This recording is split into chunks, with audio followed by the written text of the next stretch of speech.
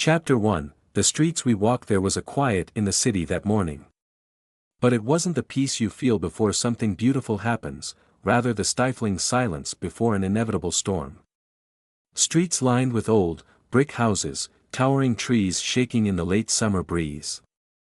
The hum of life should have been all around, but Marcus knew better than anyone that silence here often meant danger. Marcus was a man used to carrying burdens, both literal and metaphorical. His dark skin and towering frame, with shoulders built from years of manual labor, made him stand out in a world that had long made it clear he didn't belong. Not here, not in this country where history seemed to repeat itself in subtle and overt ways. He walked these streets every day, feeling eyes on him, suspicious stares, and quickened steps as people passed him by. He lived in this neighborhood, a place with cracked sidewalks and sagging porches where children once played freely, now replaced by an ever-growing sense of mistrust and division. A world apart from the glossy neighborhoods shown in magazines or on television. It was on one such street that everything changed. Chapter 2, Chains Unseen. It had been a regular day. Marcus had been walking home from work, his body aching from hours of construction labor, every muscle protesting as he crossed the intersection near his home. It was then that he saw them, 4 officers parked on the side, leaning against their squad cars, their radios buzzing with unintelligible chatter. They eyed him, the way they always did, like a threat. Marcus kept walking, head down, fists clenched in his pockets, but today was different. The feeling in the air was wrong. There had been tension building in the city, news reports about protests, civil unrest, and the ever-present undercurrent of anger. He had tried to stay out of it. He had enough on his plate trying to survive, trying to make it day to day without trouble. One of the officers, a young man with sharp, pale features, started following him. "Hey, you," the officer called out, his voice laced with authority. Marcus stopped, his heart pounding in his chest. He knew better than to run. Running only ever made things worse. He turned slowly, his hands raised in a gesture of submission, hoping it would be enough. "What's in your pockets?" the officer demanded. "Just my phone and keys," Marcus replied, his voice low, controlled. But he could feel the weight of centuries on his shoulders, centuries of history, fear, and anger. He'd been through this before, too many times. "Turn around. Hands on your head." Marcus felt the familiar surge of rage, the indignation of being treated like a criminal for simply existing. But he knew better. He complied, feeling the cold hands of the officer roughly push him against the wall. Then, something inside Marcus broke. Chapter 3, breaking the silence. He had been quiet for too long. Compliant. He had let the world push him around, mold him into something lesser than what he was. And for what? For survival. For the hope that one day, things would change on their own. As the officer pressed him harder against the wall, Marcus twisted, shrugging off the hand that pinned him. For what? Marcus spat, turning to face the officer. For walking down the damn street. The officer's eyes widened in surprise. They weren't used to this. Not from men like him. "You need to calm down," the officer warned, his hand hovering over his holster. But Marcus was done calming down. Calm down? How long do I have to calm down for you to treat me like a human being? The other officers were approaching now, their hands ready on their belts, but Marcus didn't stop. His voice was rising, no longer just his own but the voice of every black man who had been silenced, every victim of injustice who had walked these streets, carrying the weight of their history on their backs. "You see me?" Marcus yelled, his chest heaving. "You see me and think you know who I am. But you don't know a damn thing about me." People had started to gather, their phones out, capturing the moment. And for a second, Marcus thought he saw a flicker of uncertainty in the officer's eyes. But it was fleeting. The next thing he knew, he was on the ground, a knee pressed hard against his back. The pressure stole his breath, and for a moment, panic gripped him. Would this be it? Would his story end here, like so many others, a name on a list, a hashtag forgotten? But he wasn't dead. Not yet.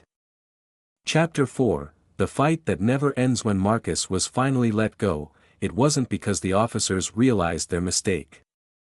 It wasn't because they had found some ounce of humanity within themselves.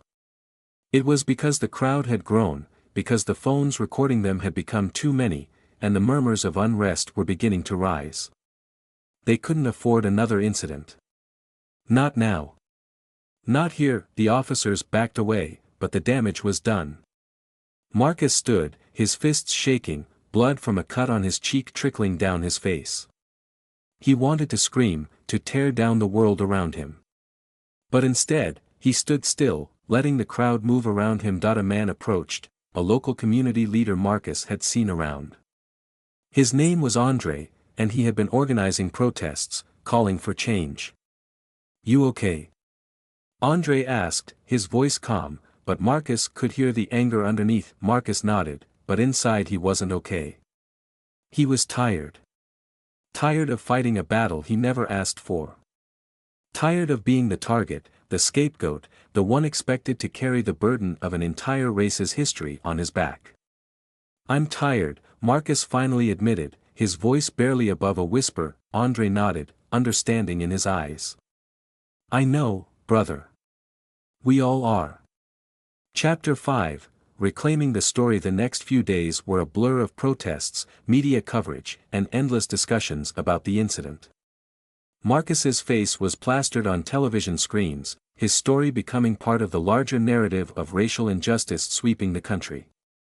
People wanted to hear from him, wanted to know how he felt, what he thought, but Marcus didn't know what to say. How could he explain the weight of years of discrimination, of walking through life with the knowledge that at any moment, everything could be taken from him because of the color of his skin? He sat in his small apartment, watching the coverage on TV. Faces of strangers, both black and white, marching in the streets, holding signs with his name on them. But it didn't feel real. It didn't feel like his story anymore, until one day, Andre came by. "You need to speak, Marcus," he said simply. "People are listening." Marcus hesitated. "What do I say?" "Say the truth. Say what's in your heart." So Marcus spoke. He stood in front of the crowd, in front of the cameras, and told his story. But it wasn't just about that day on the street. It was about a lifetime of walking in fear, of feeling the weight of expectations and assumptions pressed down on him. It was about the quiet moments of pain that no one saw, the subtle slights, the comments whispered behind his back, the job opportunities that never materialized because of his name, his appearance, and as he spoke, something shifted inside him. He realized that this fight wasn't just about him. It was about everyone who had come before him, and everyone who would come after. Chapter 7, The Road to Reconciliation. Months passed after Marcus's speech, but the city remained divided.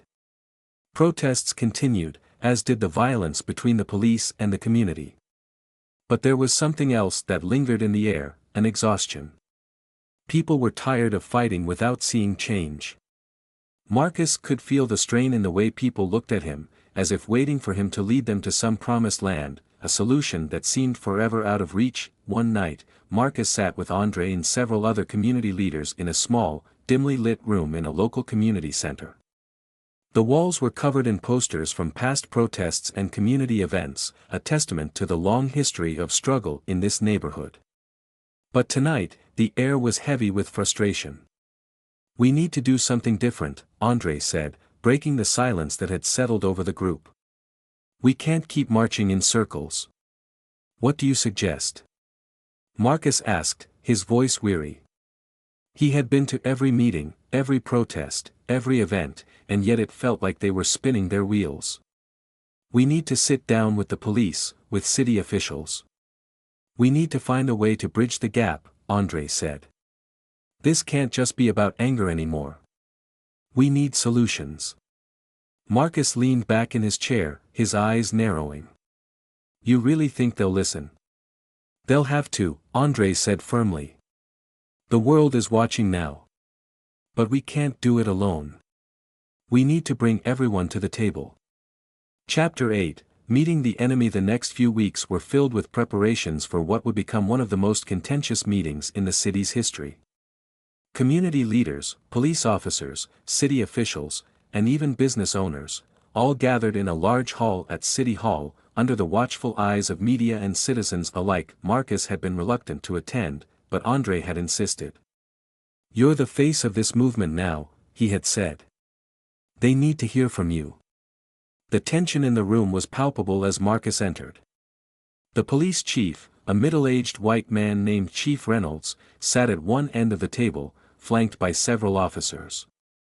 On the other side sat the community leaders, Marcus, Andre, and a few others who had been organizing the protests. As Marcus sat down, he could feel the weight of the eyes on him. This was not just a meeting. This was a battle for the soul of the city. Chief Reynolds cleared his throat. "I want to start by saying that we are committed to improving our relationship with the community." Marcus folded his arms across his chest, waiting for the inevitable, but, the chief continued, "we also need the community to understand that we have a job to do. Our officers are facing dangerous situations every day, and we need their cooperation." Marcus leaned forward. "Cooperation? You mean like when they stopped me for walking home from work? Or when they put their knee on my back for speaking up?" The room went silent, the tension thick enough to cut with a knife. Chief Reynolds shifted in his seat. "I understand that there have been incidents." Marcus repeated, his voice rising. "You call years of racial profiling and violence incidents?"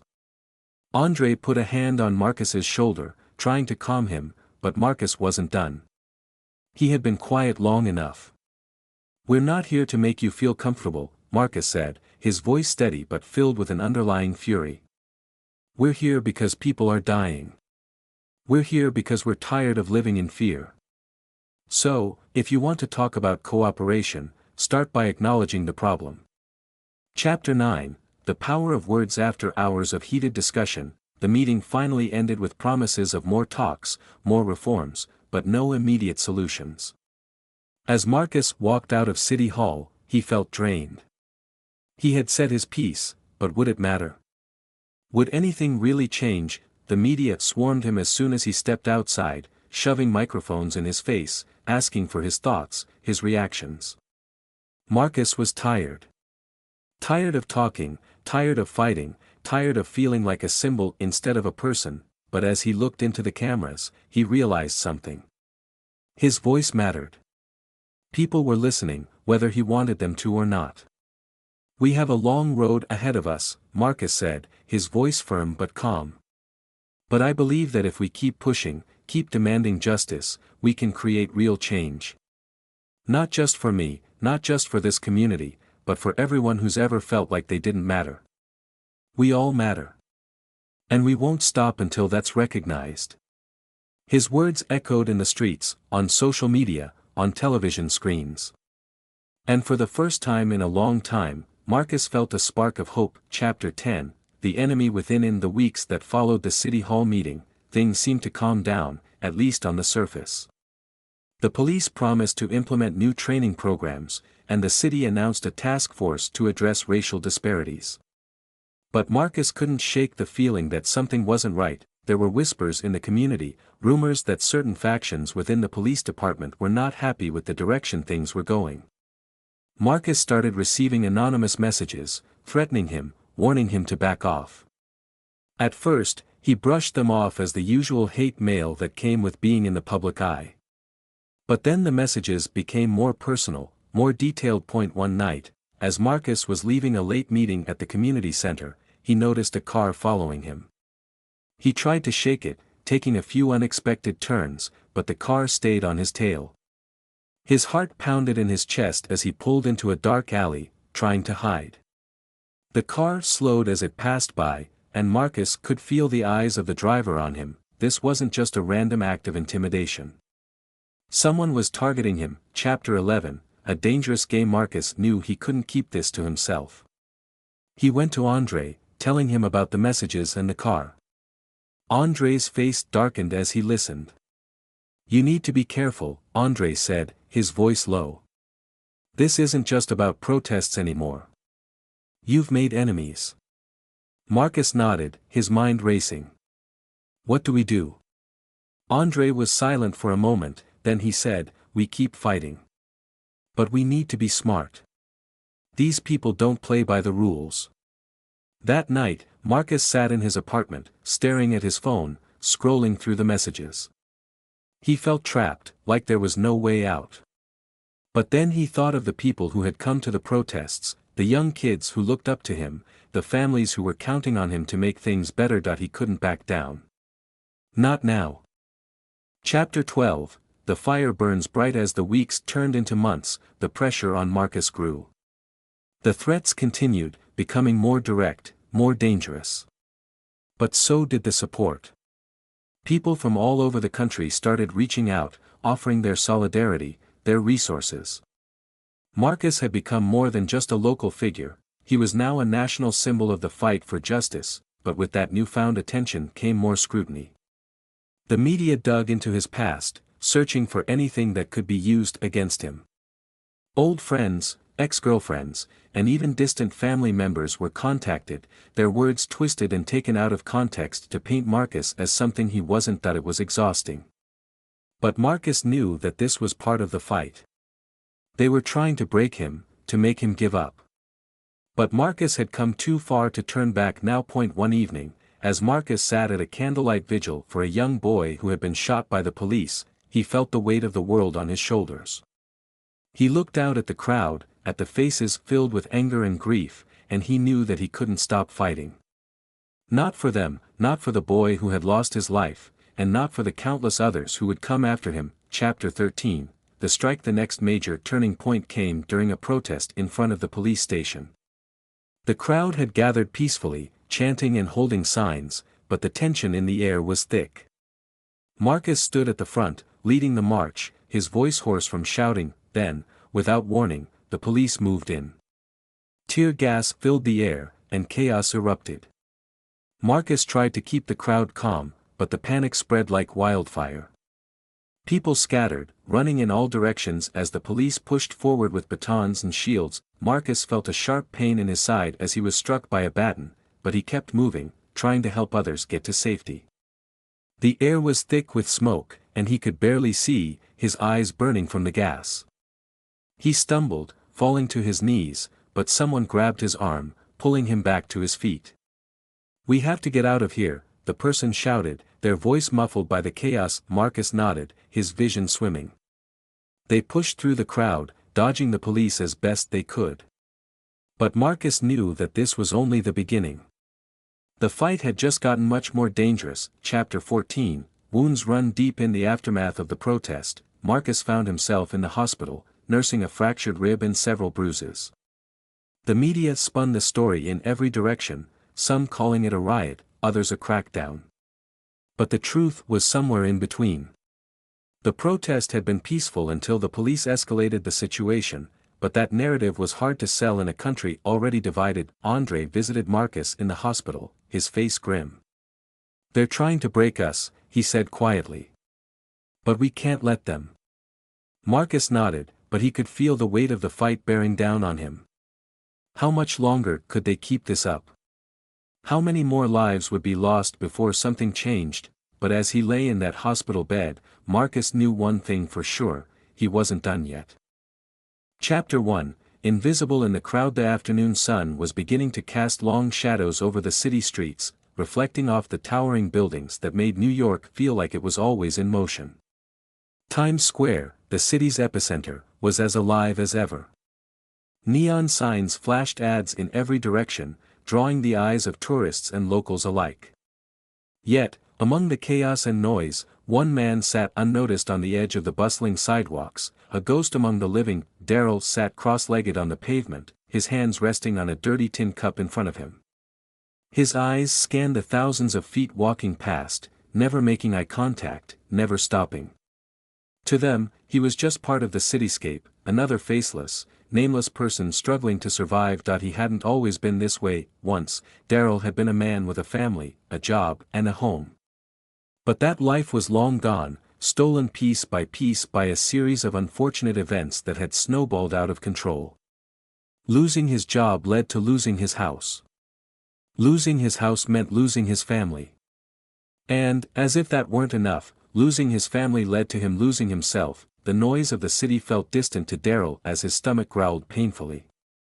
It had been 2 days since he had eaten anything substantial, and the small change in his cup wasn't enough for more than a scrap of food.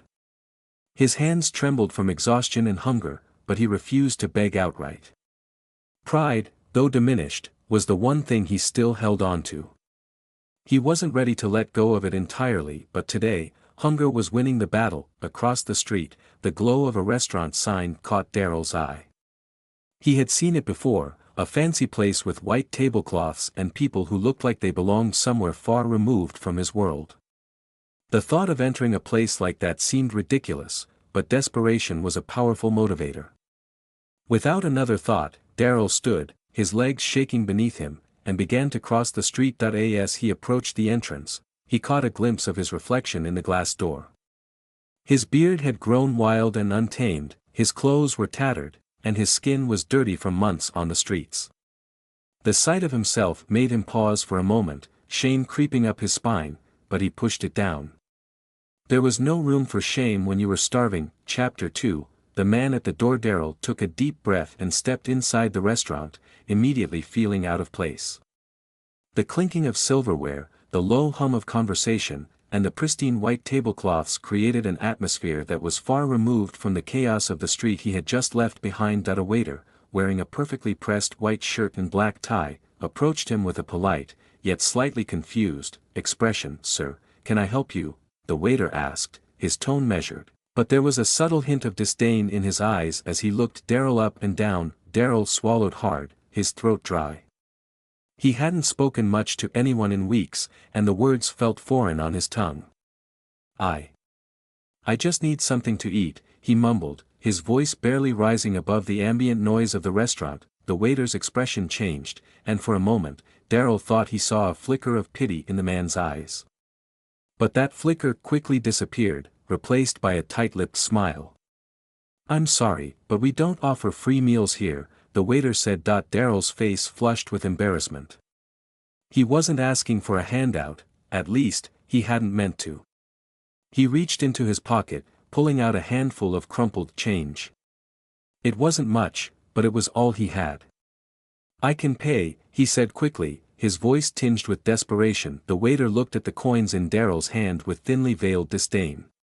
"Sir, I think it's best if you leave," the waiter said, stepping aside and gesturing toward the door. Darryl's heart sank.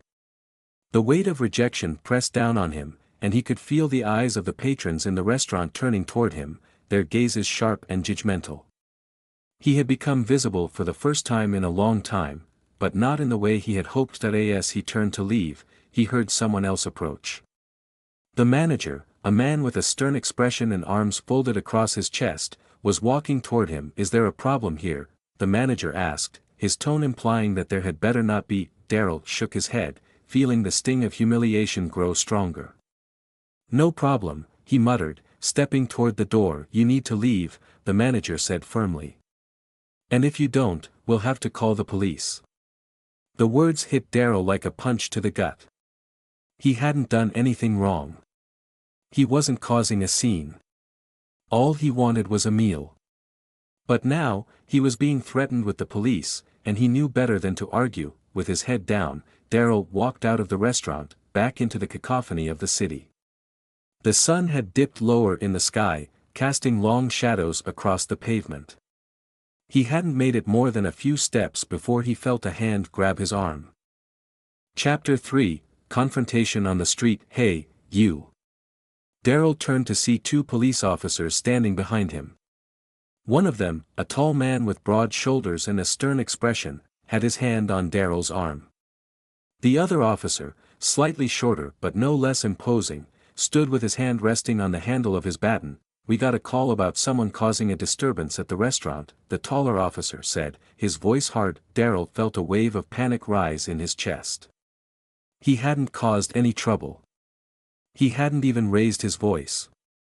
But he knew how these situations could go. He had seen it before, innocent men getting dragged away in handcuffs for simply being in the wrong place at the wrong time. "I wasn't causing trouble," Darryl said quietly, keeping his eyes down. I just wanted something to eat." The shorter officer, who had been watching him closely, looked him up and down, taking in the torn clothes and the dirty face. "You can't just walk into places like that, man," he said, his tone softer but no less authoritative. "You've got to find another way." Darryl nodded, his heart sinking further. He knew they were right. It had been foolish of him to think he could get a meal in a place like that. He wasn't like the people who ate in fancy restaurants. He was nothing more than a homeless man, and this city had no mercy for people like him. "All right, come on," the taller officer said, reaching for the handcuffs on his belt. "We'll take you in." Darryl's eyes widened. "Wait, please," he began, but it was too late. The cold metal of the cuffs clicked around his wrists, and any hope of avoiding this situation slipped away. The officers led Darryl toward their squad car, their grip on his arms firm. As they walked, Darryl felt the stares of the passers-by, their faces filled with a mixture of curiosity and disdain. To them, he was just another criminal, another problem for the city to deal with. They reached the car, and the taller officer opened the back door, pushing Darryl inside. He sat in silence as the door closed behind him, the weight of his situation pressing down on him like a physical burden. As the officers climbed into the front seat, Darryl stared out the window, watching the city blur past. He didn't know where they were taking him, maybe the station, maybe a shelter. It didn't matter.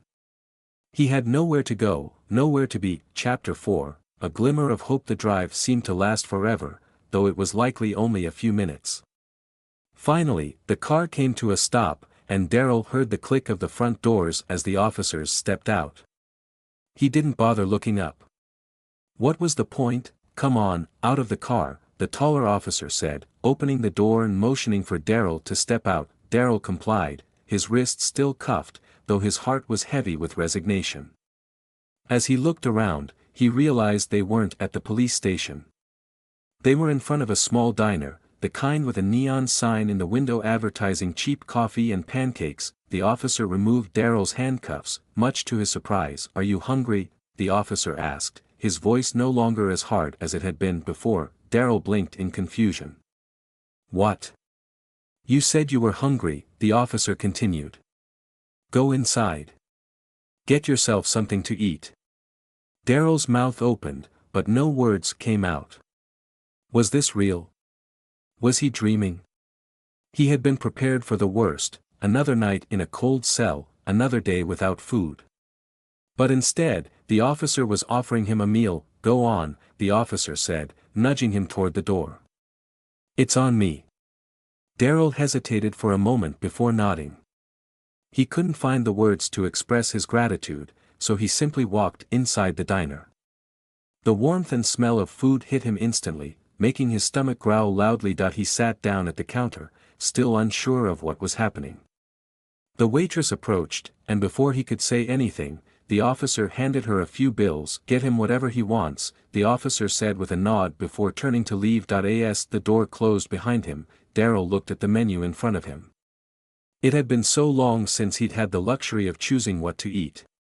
His hands trembled as he ordered a plate of pancakes, bacon, and eggs, the first real meal he'd had in months. Chapter 5, Redemption begins. The next morning, Darryl woke up in a shelter, the scent of freshly brewed coffee wafting through the air. He had slept better than he had in months, his stomach full for the first time in what felt like forever.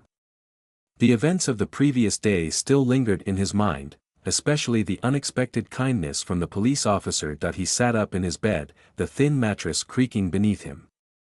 Outside, the city was already awake, its streets filled with the sounds of people going about their daily lives. Darryl wasn't sure what the future held for him, but for the first time in a long time, he allowed himself to feel something he hadn't felt in years. Hope. It wasn't much, but it was enough to start. Ban ko thay dong nai kong, kan malagan hok het han plus t nan tin veo zalo nai, 08686.01263. Banda noi teep tukit to noi, ChatGPT Chapter 6. Finding a way forward. Days passed after the incident at the diner. Darryl found himself thinking often about that police officer, the one who had treated him with kindness instead of contempt. It wasn't something he was used to, but it had given him something he hadn't had in a long time, a reason to believe that there might still be good in the world. With the hunger no longer gnawing at his stomach, Darryl was able to think more clearly. He realized he couldn't keep living the way he had been.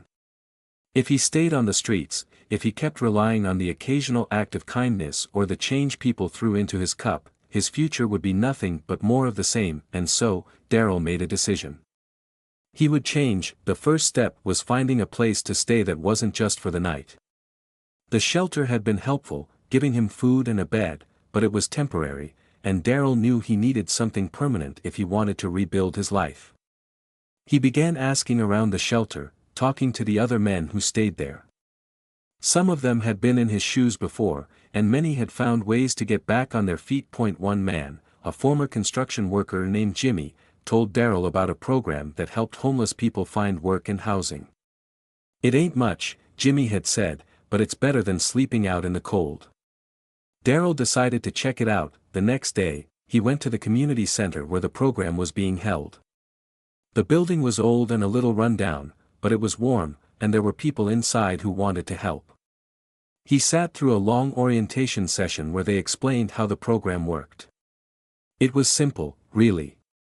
They helped you find a job, and once you had some steady income, they helped you get into affordable housing. For the first time in years, Darryl felt like he had a plan. Chapter 7. The first step. The next few weeks were harder than Darryl had expected. He had forgotten what it felt like to have a schedule, to be responsible for showing up somewhere every day. The program placed him in a job at a local community center, cleaning the building and helping set up for events.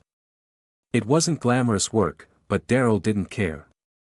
It was work, and it paid. At first, the routine was exhausting.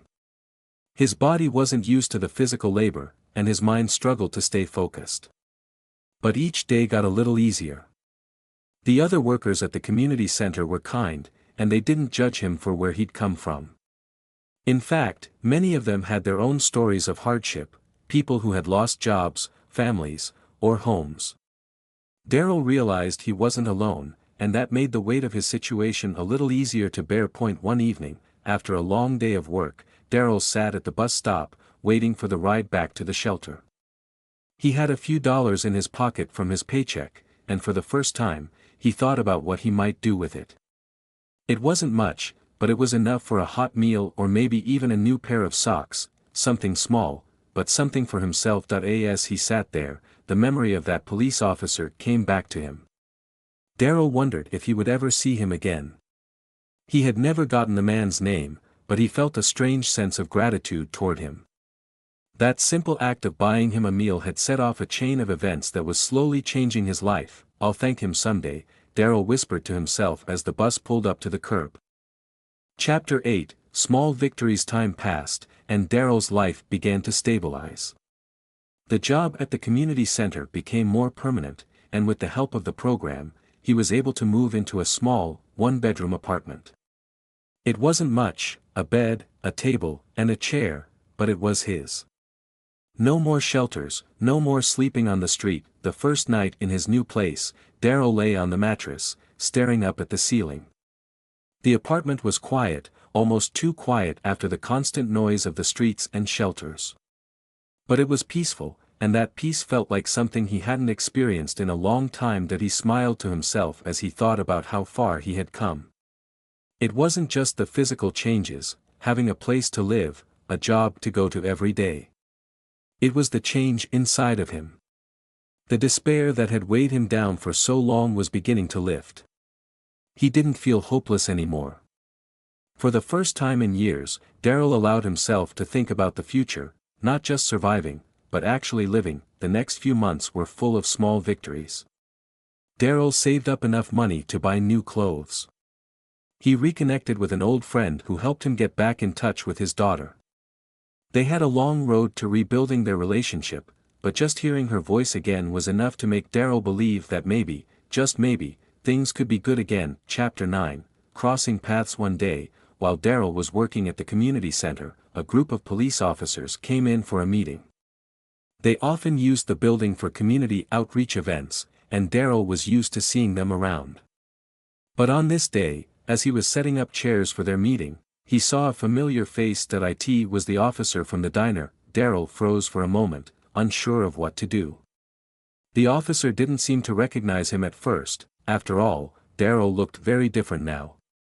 He wasn't the same ragged man who had been sitting in the back of the police car months ago. But as Darryl walked past, carrying a stack of chairs, the officer's eyes flickered with recognition. "Hey," the officer said, stepping forward. "Do I know you?" Darryl smiled. "Yeah, you helped me out a while back. At the diner." The officer's face lit up with realization. "I remember you. You were hungry, and yeah," Darryl interrupted, "and you bought me a meal. I never got the chance to thank you." The officer shook his head. "You don't have to thank me. I was just doing what anyone should do." "Well, it made a difference," Darryl said, his voice full of sincerity. "That meal was the first step to getting my life back together. I'm working here now, and I've got a place to live. Things are better." The officer looked at Darryl for a long moment, his face softening. "I'm glad to hear that," he said. "You know, we don't always get to see how things turn out. It's good to know it made a difference." Darryl nodded. "It did. More than you know." The officer smiled and clapped Darryl on the shoulder. "Keep going, man. You've got a good thing going here." As the officer walked away, Darryl felt a sense of closure. That moment in the diner had been a turning point for him, and now, standing here in the community center where he worked, he realized just how far he had come. Chapter 10, A Future Worth Living. Months turned into years, and Darryl's life continued to improve. The community center job became full-time, and he even began mentoring others who were in the same position he had once been in. Helping people who were struggling gave Darryl a sense of purpose he hadn't felt in years. He knew what it was like to be at rock bottom, and now he could help others find their way back up. He reconnected with his daughter, slowly rebuilding the relationship they had lost when his life had fallen apart. It wasn't easy, but they were making progress. She visited him in his new apartment, and they talked about the past, the mistakes, and the future. One evening, as Darryl sat on his couch, looking out at the city through his window, he reflected on how much had changed. The man he had been, hungry, homeless, hopeless, was gone. In his place stood someone stronger, someone who had fought his way back from the edge. It hadn't been easy, and there were still days when the weight of his past threatened to pull him down. But now, Darryl had something he hadn't had in a long time, a reason to keep going. And so, as the city lights blinked on one by one, Darryl smiled. He had found his way back, and his journey was far from over. There were still more victories to be won, more lives to touch, and more moments of joy to be had. Darryl had discovered something he thought he had lost forever, a future worth living. Chapter 11, Seeds of Change. As the months passed, Darryl found himself increasingly involved in the community. The work at the center had grown from a job into something more personal, something that gave him a sense of belonging. He knew better than most what it meant to be cast aside, invisible in a crowd. But now, with every passing day, he helped others find their footing, just as he had found his point. One afternoon, the community center director, Ms. Jacobs, approached him with an opportunity. "Darryl, we're thinking of starting a program to help people transition out of homelessness," she said, her eyes thoughtful behind her glasses. "You've been through the system, and you've come out stronger. We could use your insight." Darryl looked at her, surprised. "You want me to help run it?" Ms. Jacobs nodded. "You've been working here for over a year now. People respect you. They listen to you. You've been through what they're going through, and that's invaluable. I think you could make a real difference." The idea of leading a program like that was overwhelming. Darryl hadn't thought of himself as a leader in a long time, if ever. But the more he considered it, the more it made sense. Who better to guide others than someone who had walked the same path? "I don't know if I'm qualified," Darryl said slowly, scratching the back of his neck. "MS." Jacob smiled warmly. "You're more than qualified. Experience is the best teacher, and you have plenty of it." Darryl looked around the center, at the faces of the people he had come to know. Some were still struggling, others were finding their way, just like he had. And suddenly, he realized how much he wanted to help. He had been given a second chance, and maybe this was his opportunity to pay it forward. "I'll do it," he said, his voice firm with determination. Chapter 12, The hard work begins. Starting the new program wasn't easy. Daryl faced countless obstacles, limited funding, skepticism from some community members, and the sheer weight of the task ahead. But he wasn't alone. Ms. Jacobs provided guidance, and several of the other center staff threw their support behind him. The first step was finding participants, people like him who were on the verge of giving up but needed just a bit of hope to keep going. Daryl spent hours talking to people in the shelter, convincing them to join the program, to take that first step toward rebuilding their lives. Some were eager, while others were hesitant, weighed down by the same fears Daryl had once known too well: the fear of failure, the fear of being judged, and the fear of hoping for something better. "There's nothing easy about this," Daryl would tell them. "But I'm standing here in front of you because someone believed in me when I didn't believe in myself. You deserve the same chance." His words resonated, and slowly, participants began to trickle in. Daryl structured the program around the idea of support, not just financial help, but emotional and psychological support as well. He knew from experience that it wasn't enough to simply find a job or a place to stay. People needed to heal.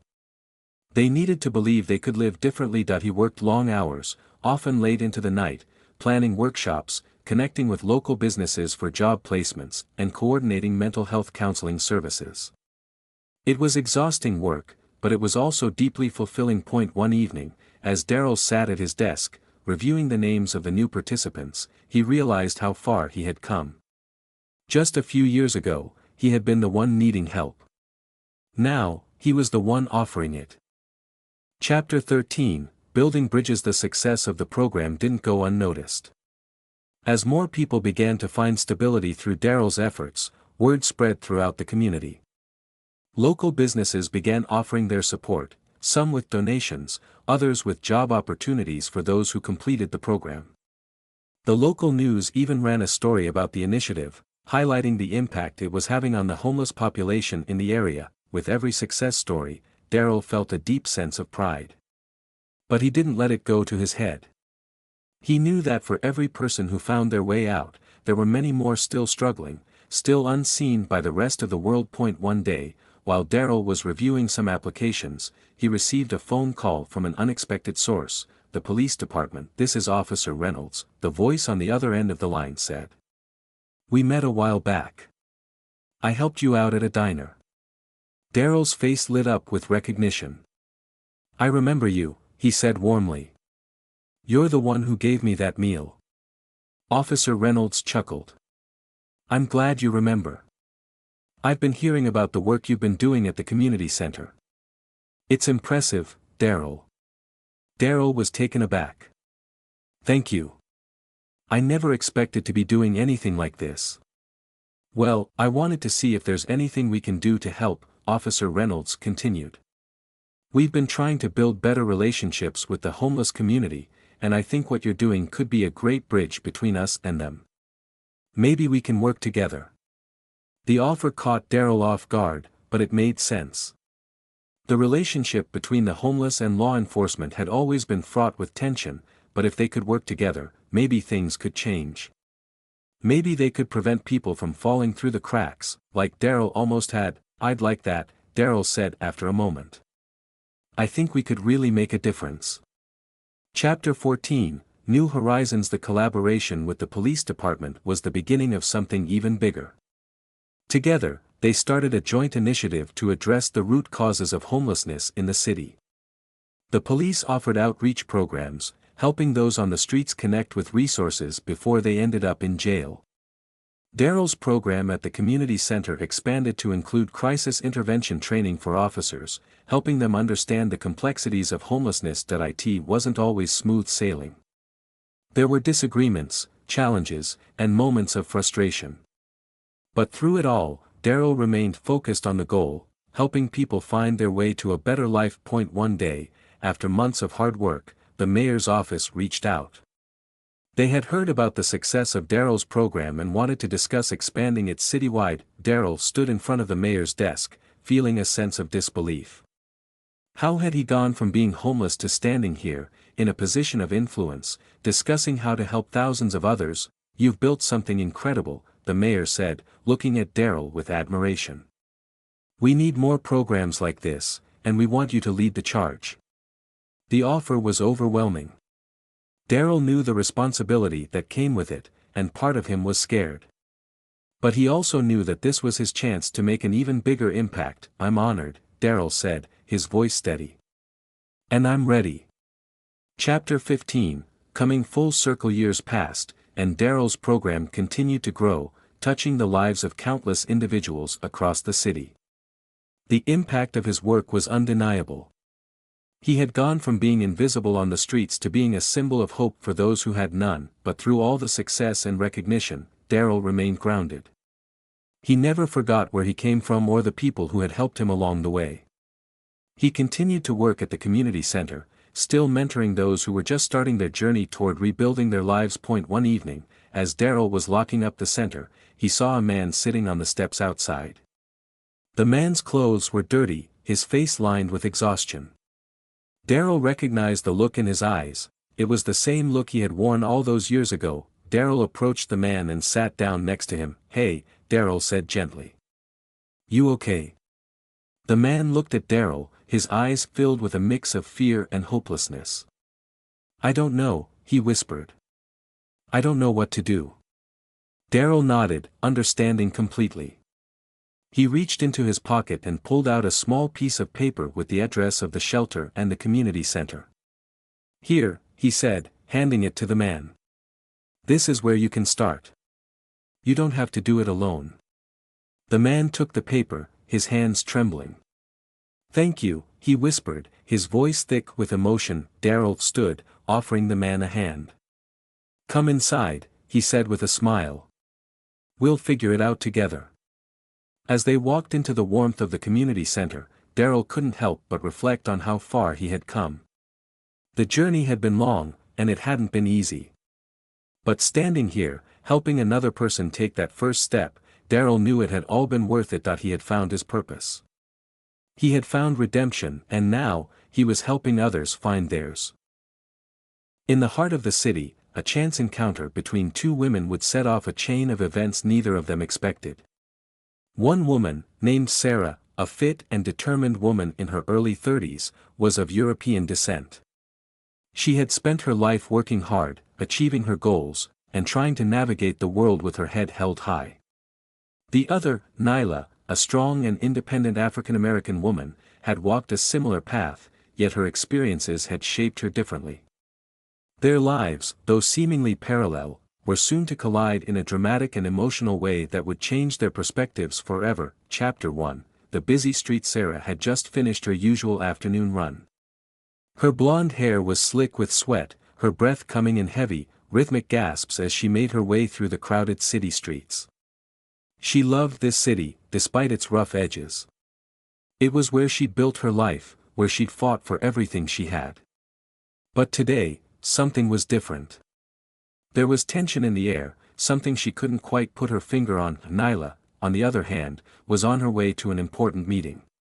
She was running late, her dark, curly hair pulled into a high bun, and her athletic build drew attention. As she hurried down the sidewalk, she felt eyes on her, as she often did, and her guard was up. She was used to people making assumptions about her based on her appearance. It was something she had dealt with all her life. Their paths crossed at a narrow corner of the street. Neither woman noticed the other until it was too late. Chapter 2, the collision. With both moving at full speed, the impact was inevitable. Sarah, distracted by her thoughts, and Nyla, focused on her phone, collided in a forceful crash. Bags dropped, phones flew, and in an instant, frustration boiled over. "Watch where you're going," Sarah snapped, her voice sharp and impatient. "Excuse me? You ran into me," Nyla retorted, her tone equally heated. Neither woman was willing to back down. It was a minor accident, but the tension between them escalated quickly. Sarah's frustration from her day, combined with her own underlying prejudices she wasn't fully aware of, surfaced. Nyla, always on guard, felt the sting of those unspoken judgments and responded defensively. Typical, Sarah muttered under her breath, thinking Nyla wouldn't hear, but Nyla heard. And that single word set her off. "What did you just say?" she demanded, stepping closer to Sarah, her fists clenched. Years of dealing with subtle, and not so subtle, racism fueled her anger. Sarah, realizing she had crossed a line, hesitated but couldn't bring herself to apologize. "I didn't mean it like that," she said, though the words felt hollow. "You think I don't know what you meant? You don't know anything about me." Nyla shouted, her voice shaking with a mixture of anger and hurt. The argument grew louder, drawing the attention of passers-by. Some stopped to watch, others kept walking, but in the chaos of the moment, neither woman noticed the flashing lights of a police car pulling up to the curb. Chapter 3, The Intervention. Two officers stepped out of the car. Officer Daniels, an older, calm man, and Officer Martinez, a younger, more impulsive cop, approached the women, trying to assess the situation. The argument was still in full swing, with Sarah and Nyla hurling accusations at each other. "Ma'am, we need you both to calm down," Officer Daniels said, his voice firm but kind. "She started it," Sarah said, pointing at Nyla. "I started it? You ran into me." Nyla shot back, her arms crossed defensively. Officer Daniels held up his hand, silencing both women. "I don't care who started it. What's important now is that we resolve this peacefully. We're not here to take sides. We're here to help." Officer Martinez, less patient, stepped forward. "You both need to cool it, or we're taking you in for disturbing the peace." That threat hung in the air, and for the first time, both women seemed to realize how out of control the situation had gotten. They stood there, breathing heavily, the adrenaline slowly wearing off. Officer Daniels, seeing the tension begin to ease, spoke again. "Look, you both had a rough moment. But yelling at each other isn't going to fix anything. Maybe you just need to talk it out." Sarah and Nyla, still fuming, glared at each other. Neither wanted to be the first to speak, but the reality of the situation was sinking in. They were standing on a busy street, with the police involved, and all over what had originally been a simple accident.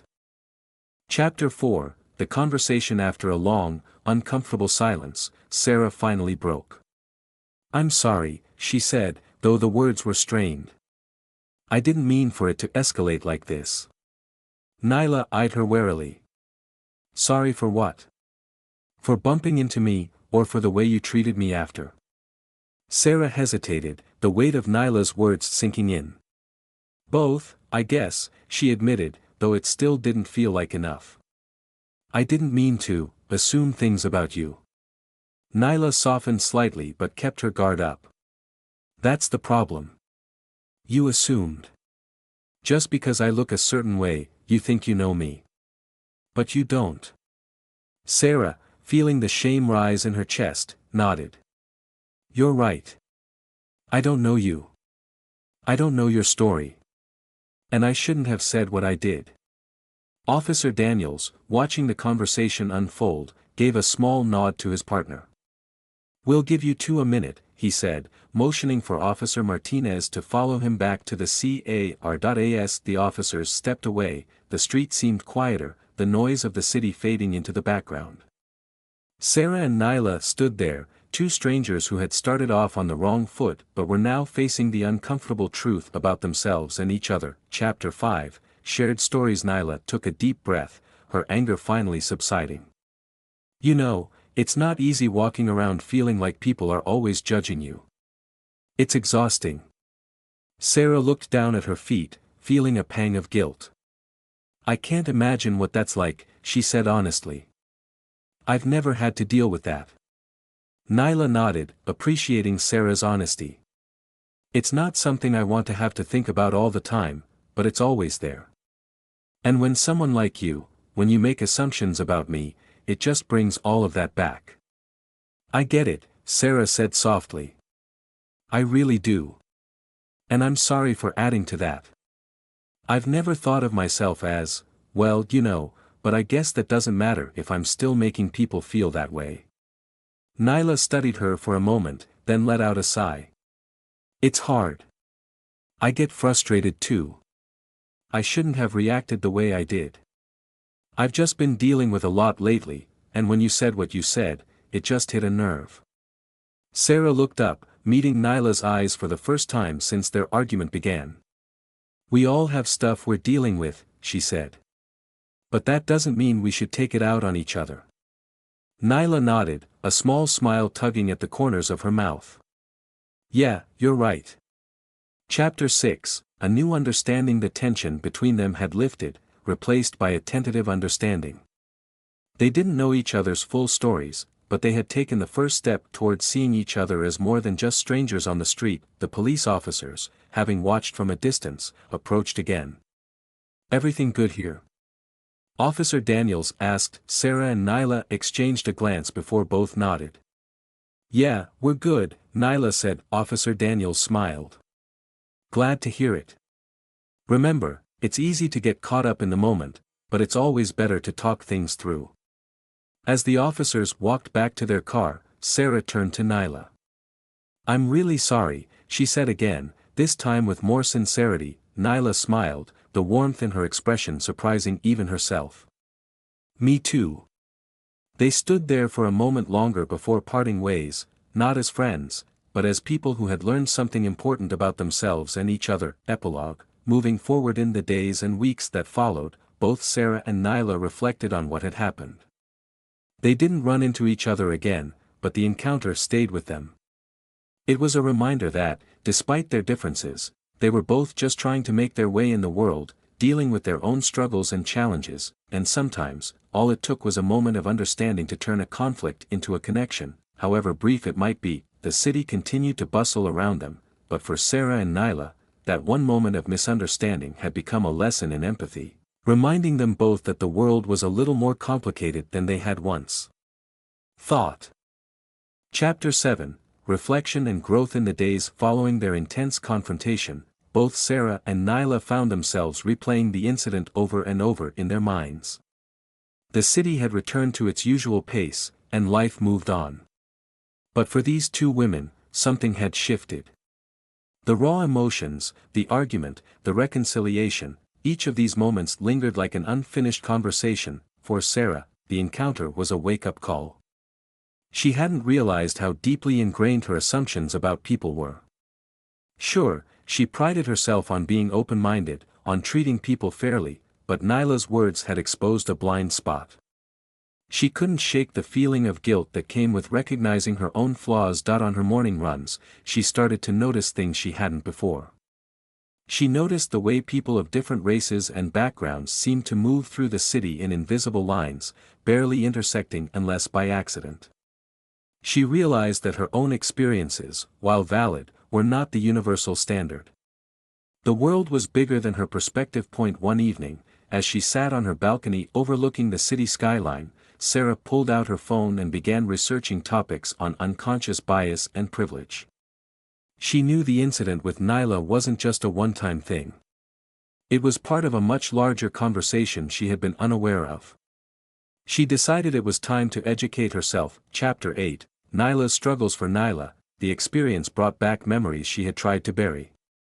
Growing up in a predominantly white neighborhood, she had always been the other, always fighting to prove her worth. Over time, she had built walls around herself, using her strength and independence as a shield against the constant microaggressions she faced. But the encounter with Sarah had shaken her. It wasn't just the argument, it was how quickly she had let her guard down afterward. How she had allowed herself to be vulnerable, even for a moment, in front of a stranger. It made her wonder if maybe, just maybe, there was room for understanding and growth even in the most unexpected places. One afternoon, Nyla found herself sitting in a cafe, watching people go about their lives. She thought about how exhausting it was to always be on the defensive. Maybe she had been too hard on Sarah. After all, the woman had apologized, and in the end, they had come to an understanding. Was it possible that she, too, had her own assumptions that needed to be challenged? Nyla sighed, sipping her coffee. She decided to call her best friend, Keisha, who had always been a voice of reason in her life. "Hey, Kuish," Nyla said when her friend picked up. "I need to talk." Keisha listened as Nyla recounted the entire incident, from the collision to the police intervention and their eventual reconciliation. When she finished, there was a long pause on the other end of the line. "You know what I think?" Keisha finally said. "I think you both learned something important that day. It's not easy to face your own biases, whether you're on the receiving end or the giving end. But the fact that you both walked away with a new perspective? That's huge."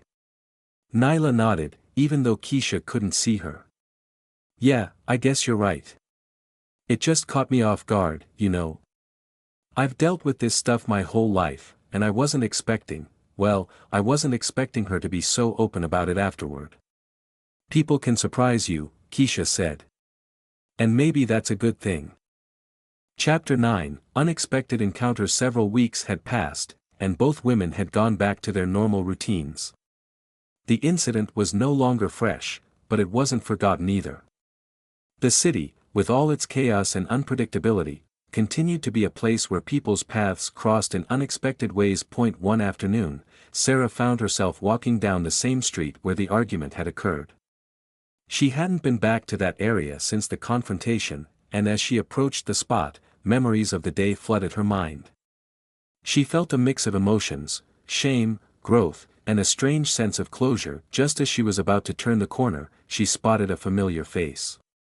Nyla was walking out of a nearby cafe, headphones in her ears, her focus on her phone as she absent-mindedly sipped a smoothie. For a moment, Sarah hesitated.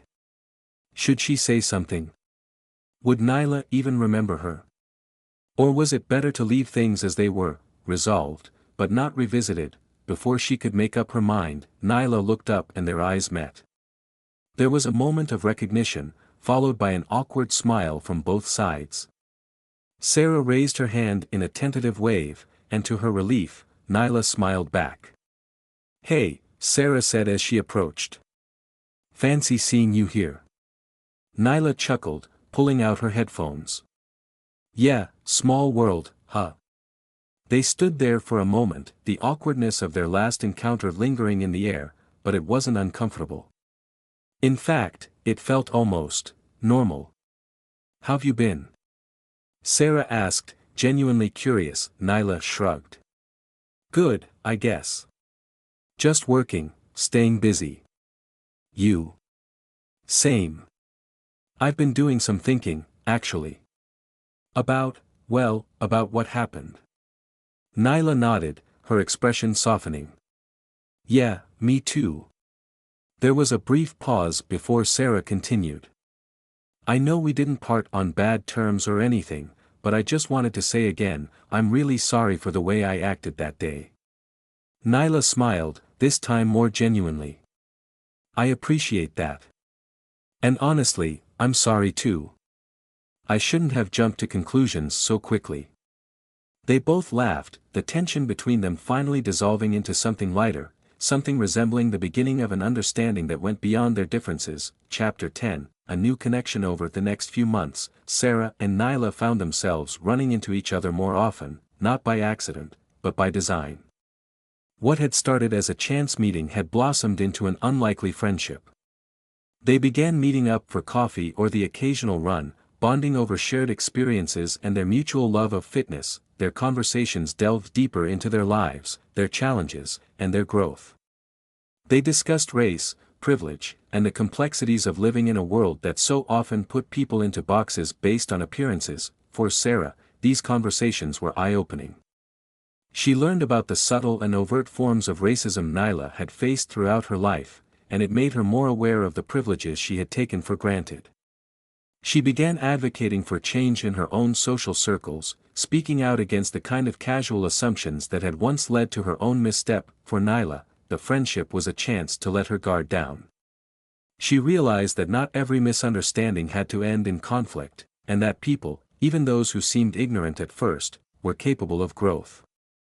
It wasn't always easy, but she learned that sometimes, giving people the benefit of the doubt could lead to something better. Chapter 11, The Future Ahead. As their friendship deepened, Sarah and Nyla found themselves reflecting on the strange way they had met.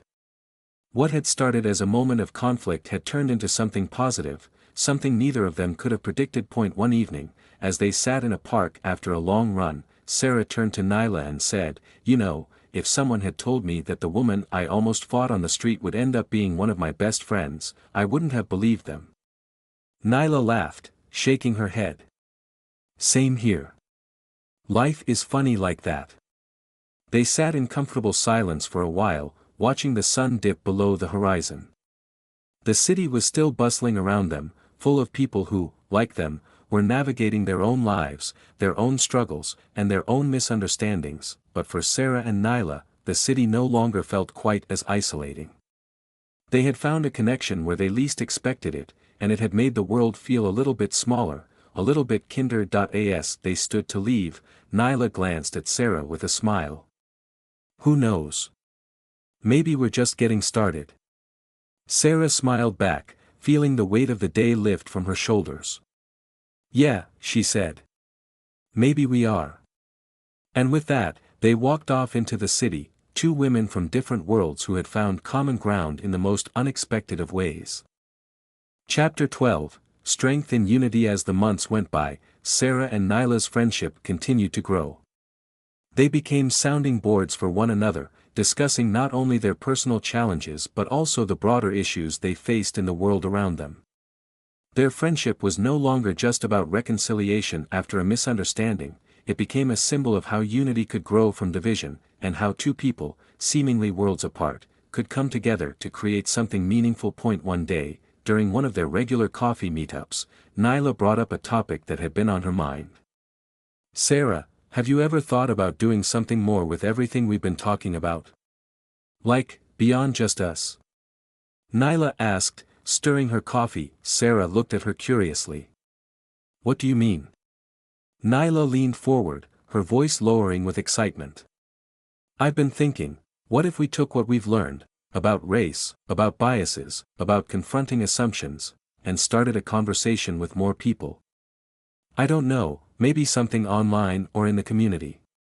A blog, a podcast, something." Sarah's eyes lit up at the idea. "That's actually a really good idea.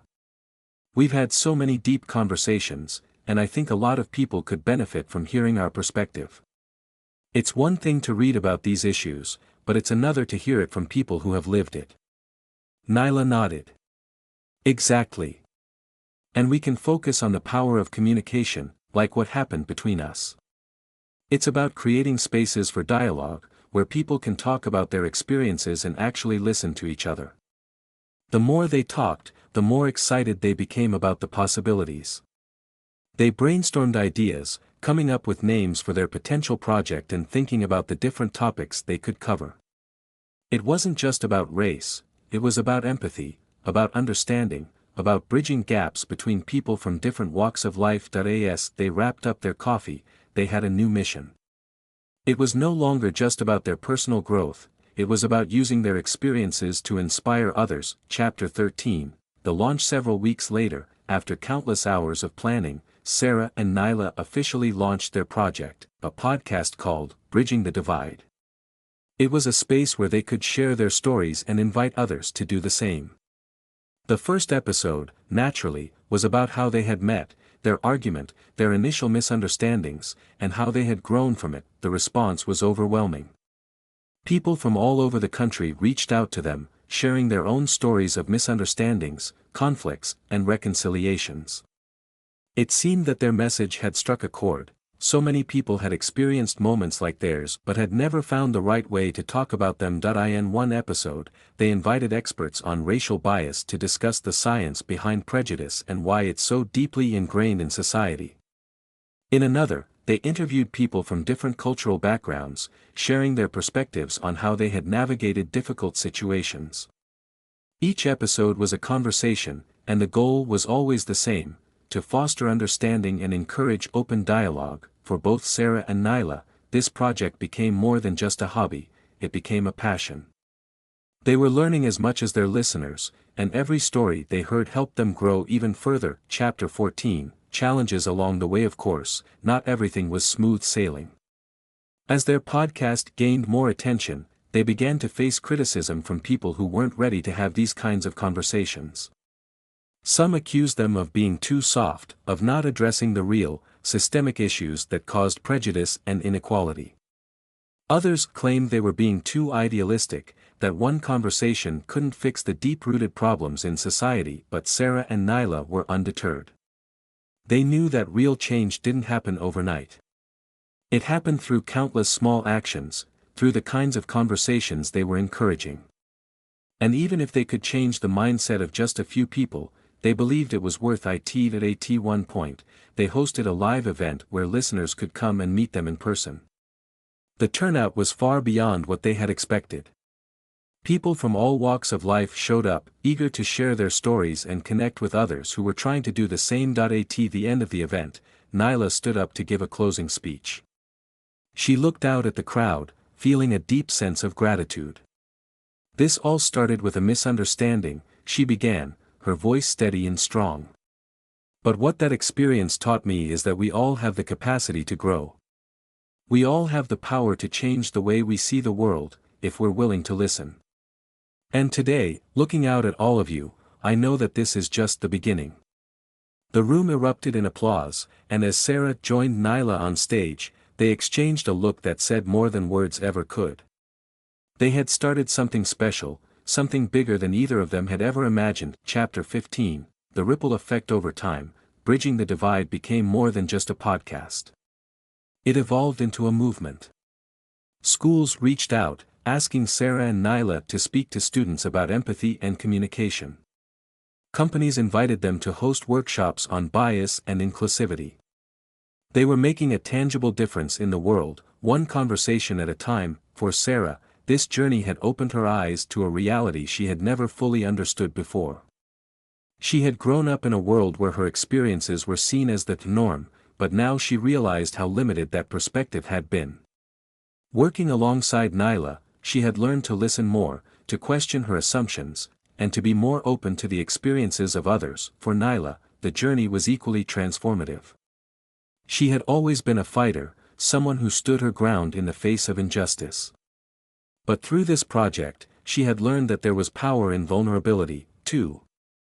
Opening herself up to these conversations had allowed her to connect with people in ways she never thought possible. Together, they had created something that had the power to change lives. And while they knew they couldn't fix all the problems in the world, they had learned that sometimes, the most important changes start with something small, a conversation, a moment of understanding, a willingness to listen. Epilogue. The legacy. Years later, Sarah and Nyla still found themselves reflecting on the day they had collided on that busy city street. It was a day that had started with anger, frustration, and misunderstanding. But it had led them down a path that neither of them could have predicted, a path of growth, of friendship, and of creating change. Bridging the Divide continued to grow, reaching new audiences and sparking conversations in communities around the world. It had become more than just a podcast, it was a movement for empathy, for understanding, and for breaking down the barriers that divided people. And as Sarah and Nyla sat together, watching the latest episode of their show go live, they couldn't help but smile. They had come a long way from that heated argument on the street. They had taken a moment of conflict and turned it into something powerful, something lasting. That in the end, they had learned that the real power didn't come from being right. It came from being willing to listen, to grow, and to understand. And that, they both knew, was the kind of power that could change the world.